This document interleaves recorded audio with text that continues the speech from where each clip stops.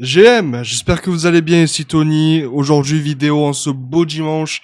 J'espère que tout le monde se porte bien et que vos portefeuilles sont verts. Aujourd'hui vidéo tranquille, on va faire le point sur le marché, voir un petit peu ce qui se passe, parler de la dominance, parler de pump, parler de Trump, parler de vraiment tout ce qui se passe en ce moment. Donc si tu es nouveau sur cette chaîne, bien évidemment, d'abord, bienvenue. Ici on parle crypto, on fait beaucoup de pédagogie, etc. Vraiment dans la bonne humeur, j'ai rien à te vendre. Donc, tu peux regarder le contenu sans te prendre la tête. Par contre, s'il te plaît, quand même, tu peux t'abonner, activer la cloche et laisser un like pour rater aucune de mes prochaines vidéos. Par contre, aussi, caméra un petit peu IA, etc. Alors, est-ce que la qualité est bonne? Ça a l'air.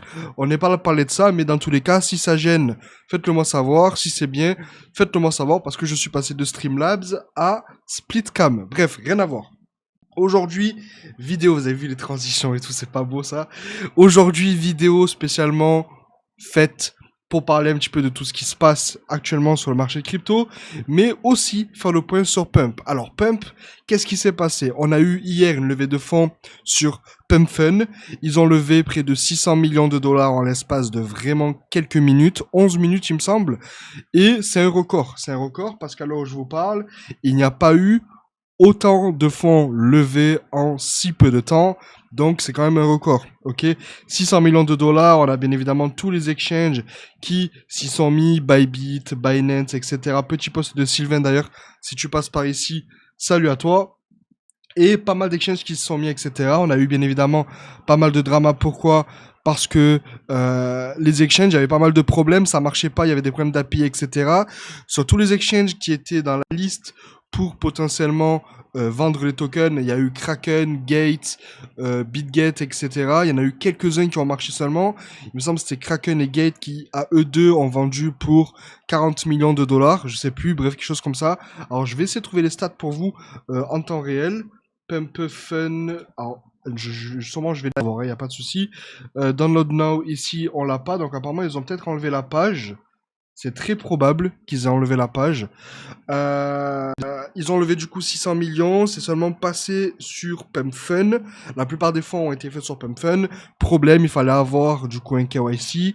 Les gens l'ont fait. Il y a eu beaucoup de statistiques sur le fait qu'ils aient levé à plusieurs reprises avec plusieurs wallets, plusieurs millions de dollars. Il y a aussi des rumeurs comme quoi ils n'avaient pas la fonction withdrawal qui permet du coup aux développeurs de débloquer les fonds, sauf que par la suite, on a le wallet qui a bien reçu les fameux 500 millions de dollars. Donc, pour le moment, ça se porte plutôt pas mal en sachant que le token est quand même parti de 4 milliards de dollars et il est actuellement aux alentours des 6 milliards et ATH à 7,3 milliards, pardon, en sachant bien évidemment que vu que c'est sur Pump Fund seulement, Hyperliquid, pardon, ça reste des perps, ok? Et le spot sera seulement disponible dans les prochains jours. Ils disent 2 jours à peu près, le 15, la vidéo sortira le 13, aujourd'hui, dimanche 13. Le listing est prévu pour être du coup le 15. À voir comment ça va se passer, pour le moment ça se porte plutôt pas mal. Dans tous les cas, j'ai vendu tous mes FOG pour rentrer sur Pump. À l'heure où je vous parle, et à ces niveaux-là surtout, je suis à presque 10 000 dollars de profit si jamais le prix reste là. Mais je pense, alors, ça reste de la spéculation bien évidemment, mais je pense que le token Pump peut très facilement arriver aux alentours des 10, 12, voire peut-être 15 milliards de dollars parce que quand même, si on regarde sur CoinMarketCap, je pense que Pump, on peut peut-être le voir comme le Hyperliquid de la DeFi. Et alors, c'est assez paradoxal ce que je dis parce qu'Hyperliquid c'est de la DeFi, mais là je parle quand même DeFi degen. Ok, Hyperliquid c'est une plateforme de trade, no KYC, complètement décentralisée, etc.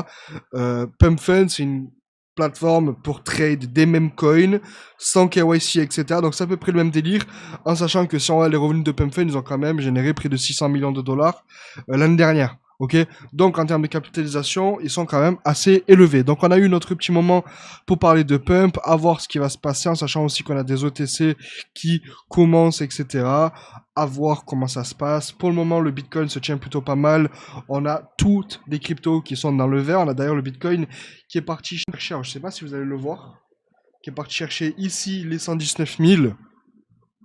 Je pense que le Bitcoin pourrait très facilement arriver aux alentours des 120 000 dans les prochains jours, voire les prochaines heures. Ce serait sympathique. tous les mêmes coins qui sont en train de devenir extrêmement paraboliques, on le verra plus tard, tous les altcoins qui sont en train de montrer de jolies performances, le marché qui est plutôt vert, Bitcoin qui a pris 1,09%, ETH qui prend 2%, Solana qui prend 2,2%, XRP qui prend 3%, XRP nous fait une montée incroyable ces derniers temps. Alors je vais juste descendre un petit peu ici, histoire que vous voyez la charte, mais c'est quand même assez impressionnant de voir XRP nous faire une montée extrêmement parabolique. Alors, il faut savoir qu'XRP est quand même super capitalisé, alors je vous parle. XRP qui est la troisième crypto-monnaie la plus capitalisée, 170 milliards de market cap, c'est énorme. C'est énorme, c'est à l'heure où je vous parle, la moitié de la capitalisation de TH pratiquement. Donc c'est énorme. Moi, pour moi, XRP reste une secte. Ça marche pourquoi? Parce qu'il y a ok de l'utilité, un petit peu d'utilité quand même. Une grosse communauté surtout, c'est beaucoup la communauté qui fait ça, ce XRP. Mais je ne pense pas que XRP flippe ETH. Ça arrivera, ouais, je vais pas m'en sortir. Ça n'arrivera jamais. Solana, pourquoi pas? Flip ETH, ça peut arriver du moins en termes de DeFi, en termes de volume, etc., en termes de frais générés, blablabla, pourquoi pas, parce que quand même Solana a quand même les plus gros protocoles, mais voilà, pour le moment, XRP nous fait quand même une belle montée, c'est pas négligeable du tout. ADA qui prend 5%, AVAX, combien de pourcents il a pris, je sais pas, je peux pas le voir, 3,25%. En fait, j'ai juste l'impression que pour le moment, c'est toutes les anciennes cryptos qu'on a connues en 2021, etc., qui ont fait leur cycle en 2021, qui sont en train de prendre le plus de force en ce moment. La liquidité est en train de se reverser petit à petit sur les altcoins. Si on regarde la BTCD, qui est du coup la charte de la dominance du Bitcoin, ben elle baisse. Elle est à la baisse pour le moment. Le problème, c'est que ça prendra plusieurs semaines, voire plusieurs mois, à vraiment arriver à des niveaux où on peut voir du coup le retour d'une potentielle alt season. Alt season, on a pas mal d'index, pas mal de charts qui montrent l'alt season en temps réel. Pour le moment, c'est assez timide, en sachant que si je retrouve rapidement la altcoin season index, on a une charte qui est quand même assez sympathique, qui montre si on est dans le niveau de la season ou pas. Pour le moment, c'est un moyen oui, parce qu'on commence à être dans des niveaux assez clairs, ce qui montre qu'en gros on arrive dans des niveaux ici au milieu, comme on peut le voir ici sur la charte. Quand on est tout en bas, c'est Bitcoin Season, quand on est tout en haut, c'est Altcoin Season, en sachant que bien évidemment, c'est quand on arrive dans des niveaux extrêmement hauts que l'euphorie est à son maximum, et c'est dans ces niveaux-là qu'il faut du coup commencer à vendre petit à petit, ok? Donc, pour le moment, on est dans des niveaux plutôt intéressants, des niveaux 33, ça reste plutôt raisonnable. Là, Bitcoin Dominance qui a perdu l'équivalent de presque 2% en l'espace de 19 jours, ça reste pas négligeable non plus, mais il faut savoir qu'une vraie, belle, solide parabolique alt season commence quand vraiment la dominance perd, disons, entre 20 et 30%. Donc on a encore quand même pas mal de marge, ok? Si on se met en un mois et qu'on regarde ce qui s'est passé en novembre on a eu quand même une grosse hausse des altcoins en général. En fait, c'était seulement une baisse de 10%. Pour connaître une season comme on a connu en 2021, il faut faire potentiellement une baisse de 45%. Donc, il faut potentiellement que la BTCD descende aux alentours des 30-35% pour potentiellement déclencher une belle alt season. Quand je dis belle alt season, c'est quelque chose qui est bien parabolique, bien euphorique, comme on les aime. Ok. Si on se met rapidement sur les charts des mêmes coins, on peut voir que quand même en 24 heures, on a Pengu qui a pris 34%, je l'avais colle. Pourquoi? J'ai fait une vidéo il y a quelques jours, 2 jours il me semble, je vais vous la montrer. Où à la fin de la vidéo, pour les personnes qui sont restées jusqu'à la fin de la vidéo, je vous avais donné un call qui était du coup Bonk et Pengu. Ces deux calls-là ont été explosifs, si je peux vous montrer rapidement. À la fin de la vidéo, du coup c'était ici, je vous ai dit écoute, si tu es resté à la fin de la vidéo, j'ai un petit call pour toi, tu verras, c'est sympathique, etc. Bonk qui a mangé 10% gratuit, Pengu, je vous le montre, je vous dis, alors, je vous invite à aller regarder la vidéo, mais je vous dis littéralement, achetez du Pengu, il y a une ETF, ça va péter. Pengu qui était à 0,019, qui est actuellement à 0,029. Donc le Pengu a pris pratiquement 50% en 2 jours suite à ma vidéo. Alors bien évidemment, c'est pas ma vidéo qui a fait pump le Pengu, il manquerait plus que ça. Mais si tu avais suivi la vidéo, si tu étais resté jusqu'à la fin de la vidéo, tu aurais pu profiter d'un call de 50% à condition d'avoir porté tes couilles et d'avoir posé ton fric dedans. Ok? Donc BTCD qui se tient plutôt pas mal. On a la levée de fonds de pump qui s'est plutôt bien passé et qui nous fait quelque chose de plutôt sympathique. Problème, c'est que ça siphonne pas mal de liquidités sur le marché. Si on se met rapidement sur CoinMarketCap, quelque chose d'assez sympathique à voir, du coup, comme je vous l'ai dit, les mèmes sont en train de nous faire des performances juste incroyables. Hein. On a des meme coins, par exemple Doge, qui est le meme coin le plus safe sur lequel vous pouvez investir. Vraiment, en termes de safe, il n'y a pas plus safe que Doge. Si vous voulez faire un x2 long terme, c'est Doge.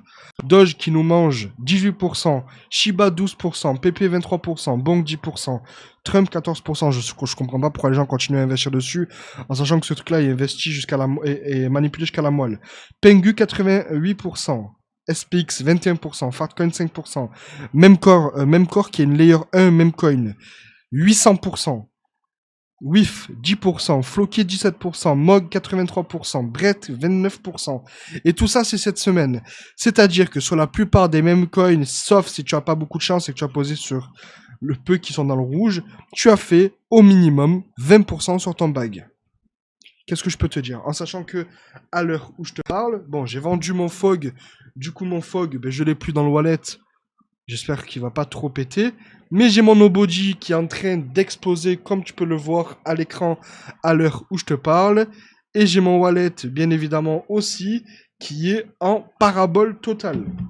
Alors, bien évidemment, je suis un petit peu en stress. Pourquoi?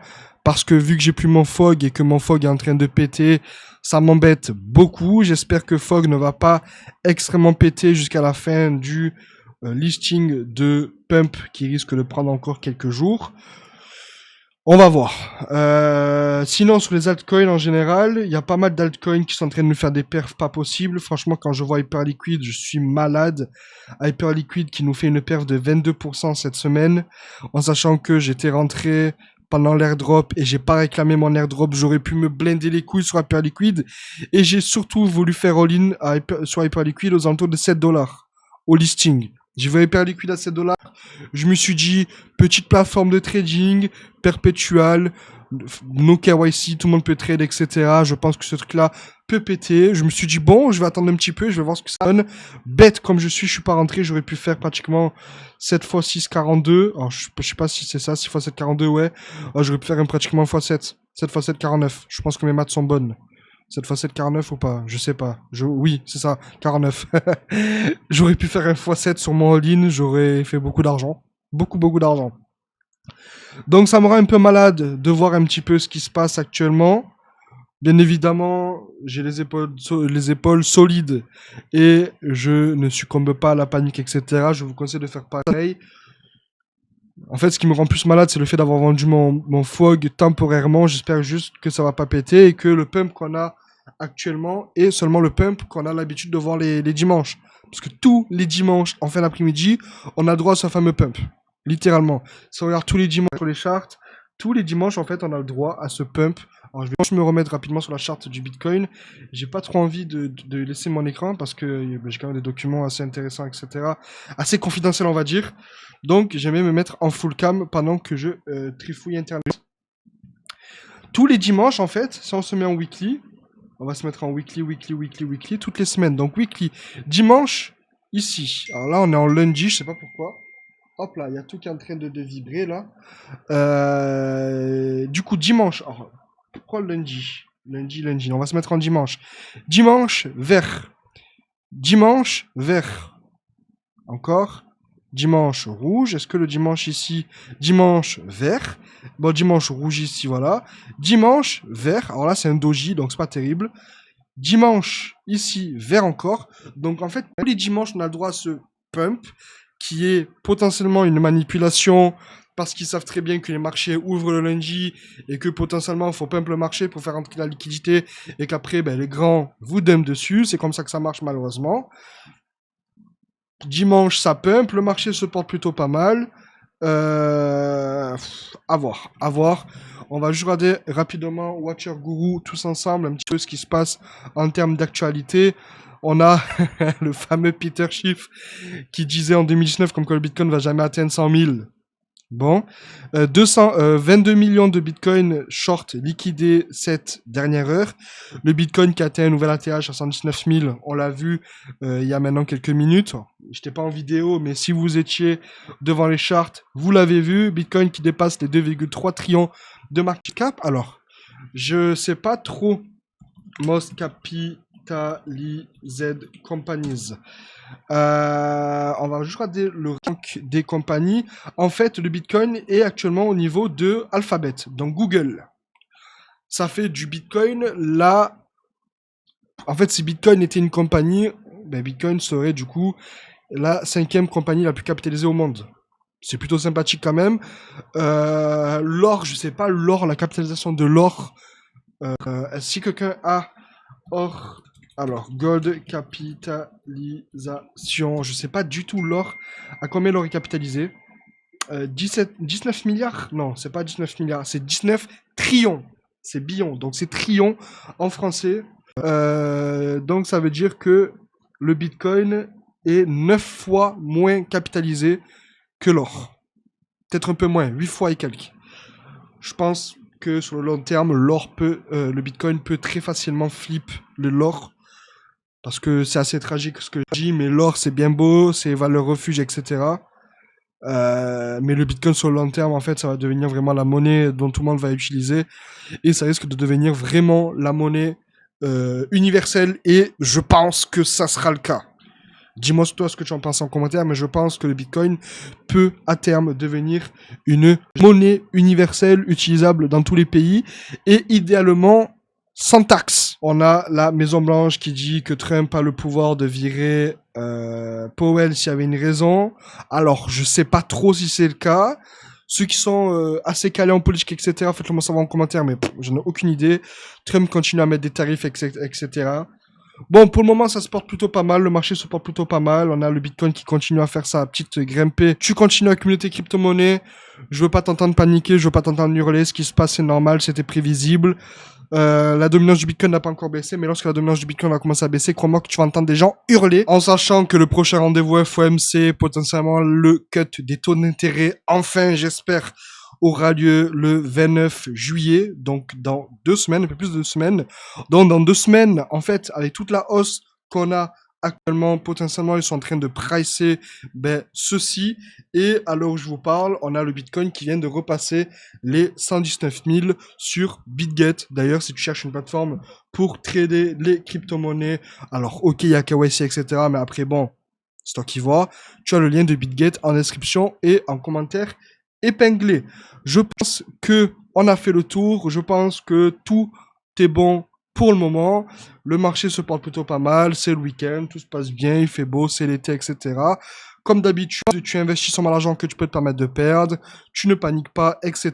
Et nous, on se retrouve prochainement dans une prochaine vidéo. Si tu t'abonnes, en cliquant sur le bouton s'abonner, tu sais comment ça se passe. Et du coup, on se retrouve prochainement dans une prochaine vidéo. C'était Tony. À plus.